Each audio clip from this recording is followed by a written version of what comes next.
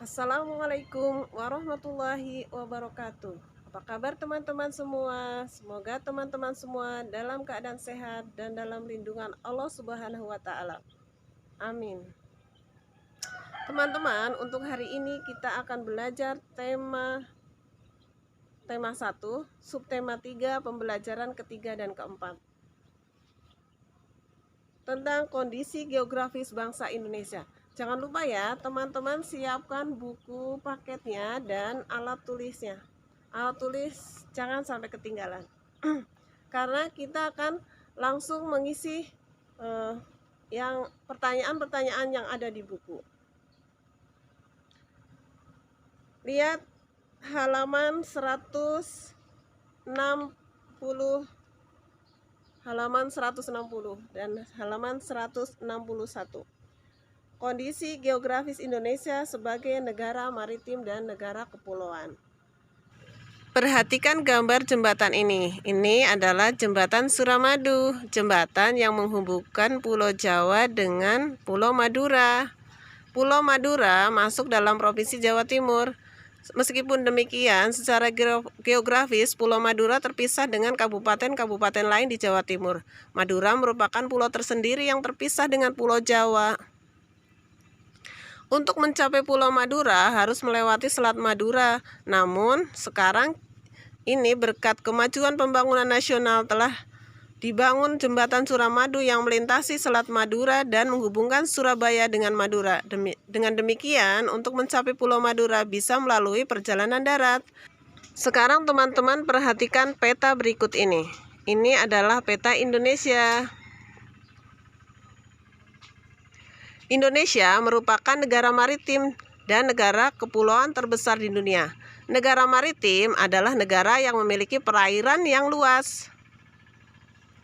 Hampir 2/3 wilayah Indonesia merupakan lautan antara pulau satu dengan pulau yang lain, disatukan oleh laut. Kondisi geografis Indonesia sebagai negara maritim dan kepulauan menyimpan potensi yang besar dalam bidang ekonomi, sosial, budaya, transportasi, dan lainnya. Potensi-potensi tersebut dapat menjadikan modal yang penting dalam pembangunan nasional guna mewujudkan kesejahteraan masyarakat.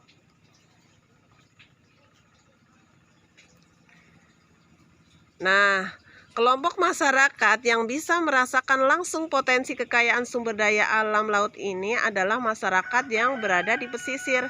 Banyak jenis pekerjaan yang bisa diusahakan untuk menunjang kehidupan ekonominya. Teman-teman boleh lihat di halaman 162. Kita boleh isi ya. Jenis pekerjaan yang berkaitan dengan pemanfaatan sumber daya laut adalah nelayan, pedagang ikan, petani garam, petani rumput laut, budidaya kerang mutiara, usaha pariwisata, jasa pelayaran, dan pertambangan minyak. Nah, teman-teman isi ya. Beberapa dampak yang diakibatkan oleh letak dan kondisi geografis Indonesia sebagai negara maritim. 1. Komunikasi dan interaksi antar penduduk menjadi lebih mudah, baik warga negara Indonesia maupun orang Indonesia dengan warga asing. 2. Terjadinya pembaruan, percampuran, dan peleburan nilai-nilai antar pulau dan antar negara. 3. Munculnya perkampungan-perkampungan etnis tertentu seperti Pecina dan Kampung Arab. 4. Terjadinya perubahan perilaku masyarakat karena pengaruh masuknya pola dan nilai perilaku dari pulau, daerah, maupun negara lain. 5. Terjadinya perpindahan ilmu, pengetahuan, dan teknologi. Dampak positif negatif yang timbul sebagai akibat dari letak dan kondisi geografis Indonesia sebagai negara maritim dan kepulauan adalah dampak positifnya. Kita lihat di halaman 164 ya. Dampak positifnya adalah dilalui jalur perdagangan dunia, kaya akan sumber daya alam laut, memiliki keberagaman budaya, memiliki potensi wisata bahari, keberagaman sumber daya manusia. Dampak negatifnya adalah tidak meratanya potensi alam, tidak meratanya pembangunan, sulitnya pengawasan wilayah, rawan terjadi konflik kedaerahan, masuknya budaya asing yang tidak sesuai dengan budaya Indonesia. Nah, itu diisi di halaman 164 ya. Teman-teman, isi boleh pilih yang pendek-pendek.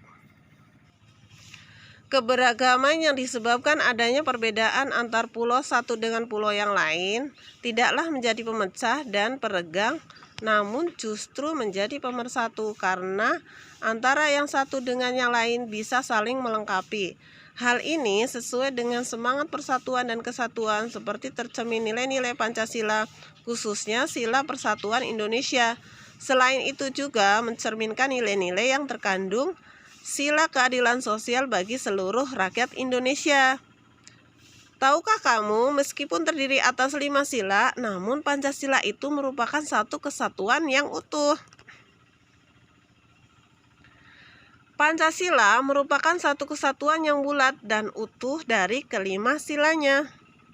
Sila ke-1 menjiwai sila kedua, menjiwai sila ketiga, keempat, dan kelima. Sila kedua dijiwai oleh sila ke-1, ketiga, keempat, dan kelima, dan begitu seterusnya.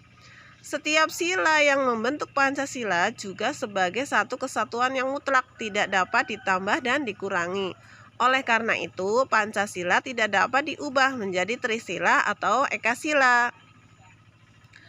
Untuk menambah pemahamanmu bahwa sila-sila dalam Pancasila merupakan satu kesatuan yang utuh dan sila dijiwai dengan menjiwai sila yang lain, perhatikan contoh berikut ini. Nah, ini adalah contoh pemilihan ketua kelas. Pemilihan ketua kelas itu menjiwai beberapa sila dalam Pancasila. Pertama, menjiwai sila keempat, kerakyatan yang dipimpin oleh hikmat kebijaksanaan dalam permusyawaratan perwakilan. Karena musyawarah adalah untuk mencapai suatu kata mufakat. Yang kedua, menjiwai sila kelima, keadilan sosial bagi seluruh rakyat Indonesia. Dengan adanya pemilihan seperti ini, maka kita harapkan tercipta keadilan bagi seluruh rakyat Indonesia. Dan menjiwai sila ketiga, persatuan Indonesia, karena musyawarah ini adalah berkumpul sehingga kita menjadi bersatu. Juga menjiwai sila kedua, kemanusiaan yang adil dan beradab. Dengan pemilihan ini mudah-mudahan tercipta suatu keadilan, tidak ada pemaksaan terhadap suatu kehendak kepada orang lain. Marilah kita menyanyikan lagu Nenek Moyangku bersama-sama. Jangan malu-malu ya.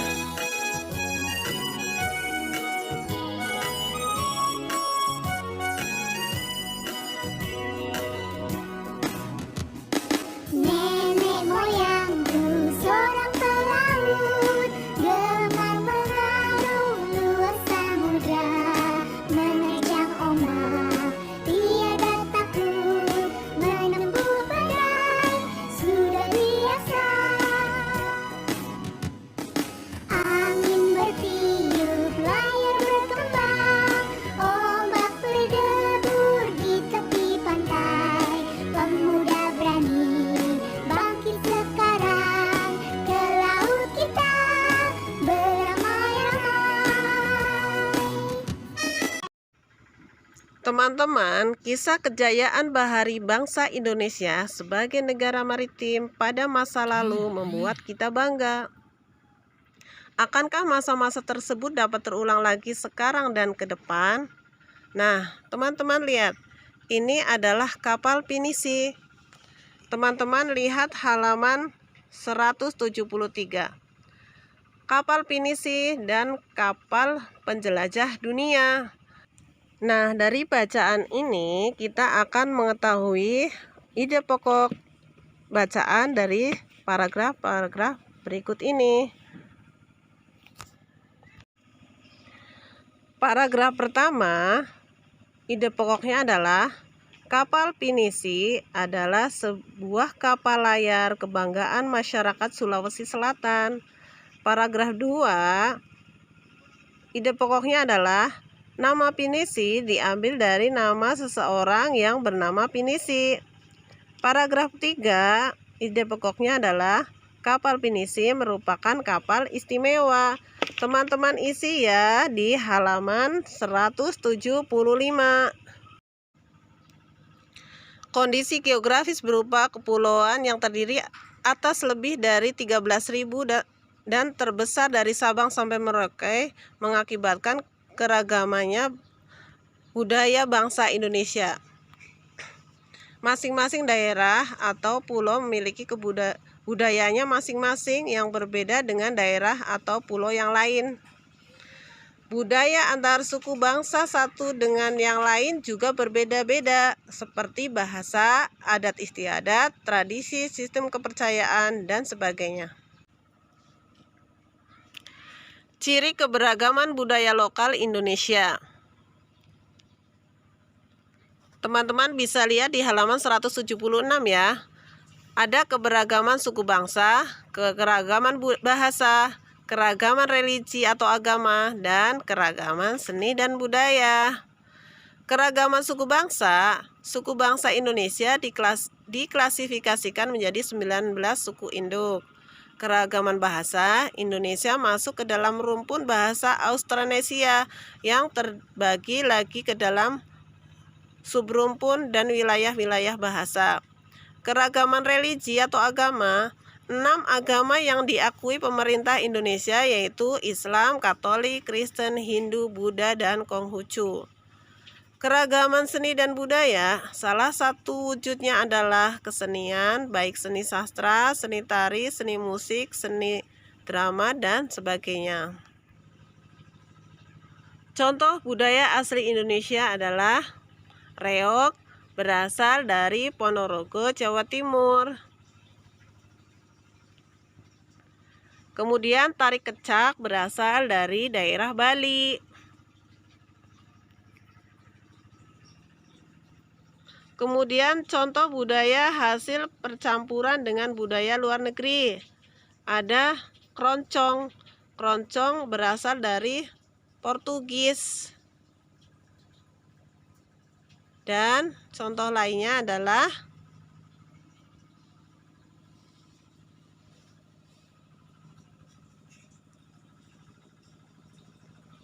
barongsai. Barongsai berasal dari negara Cina. Teman-teman lihat halaman 182. Peta di atas adalah peta jalur penerbangan antar pulau di Indonesia. Sekarang sebutan bandara-bandara dan lapangan udara di tiap-tiap provinsi di Indonesia. Nama-nama bandara di Indonesia, teman-teman boleh isi ya.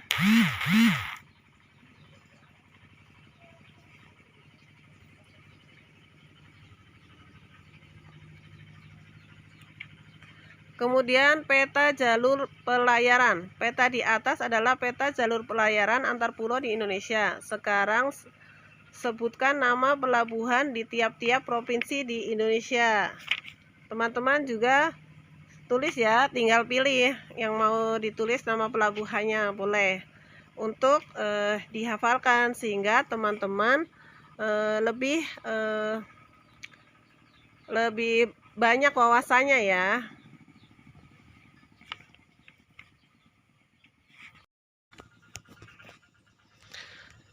Teman-teman lihat di halaman 183 ya. Kemajuan dan perkembangan bidang transportasi antar pulau akan makin memperkuat persatuan dan kesatuan bangsa. Hal ini sesuai dengan nilai-nilai yang terkandung dalam sila-sila Pancasila. contoh-contoh kegiatan pengambilan keputusan bersama yang sesuai dengan nilai-nilai Pancasila. Ini teman-teman untuk mengisi di halaman 183. Contoh kegiatan di sekolah. Ada pemilihan ketua kelas, penentuan waktu dan tempat ekstrakurikuler, rapat penentuan pengurus koperasi sekolah, di rumah menentukan lokasi liburan keluarga, pembagian tugas di rumah, musyawarah saat ada masalah di rumah. Kemudian di masyarakat kegiatannya adalah pemilihan ketua RT, rapat jadwal dan lokasi kerja bakti, menentukan jadwal ronda. Terus kegiatan di negara, contoh kegiatan pengambilan keputusan adalah musyawarah anggota DPR MPR, pemilihan presiden, dan sebagainya. Demikianlah pembelajaran hari ini. Mudah-mudahan teman-teman semua bisa memahami dan tadi mengisi ya. Kalau yang sudah mengisi, Bu Guru gak kasih tugas lagi. Kalau yang belum ngisi, isi semua pertanyaan atau tabel-tabel yang ada di buku di pembelajaran 3 dan pembelajaran 4. Sekian, tetap jaga kesehatan ya. Wassalamualaikum warahmatullahi wabarakatuh.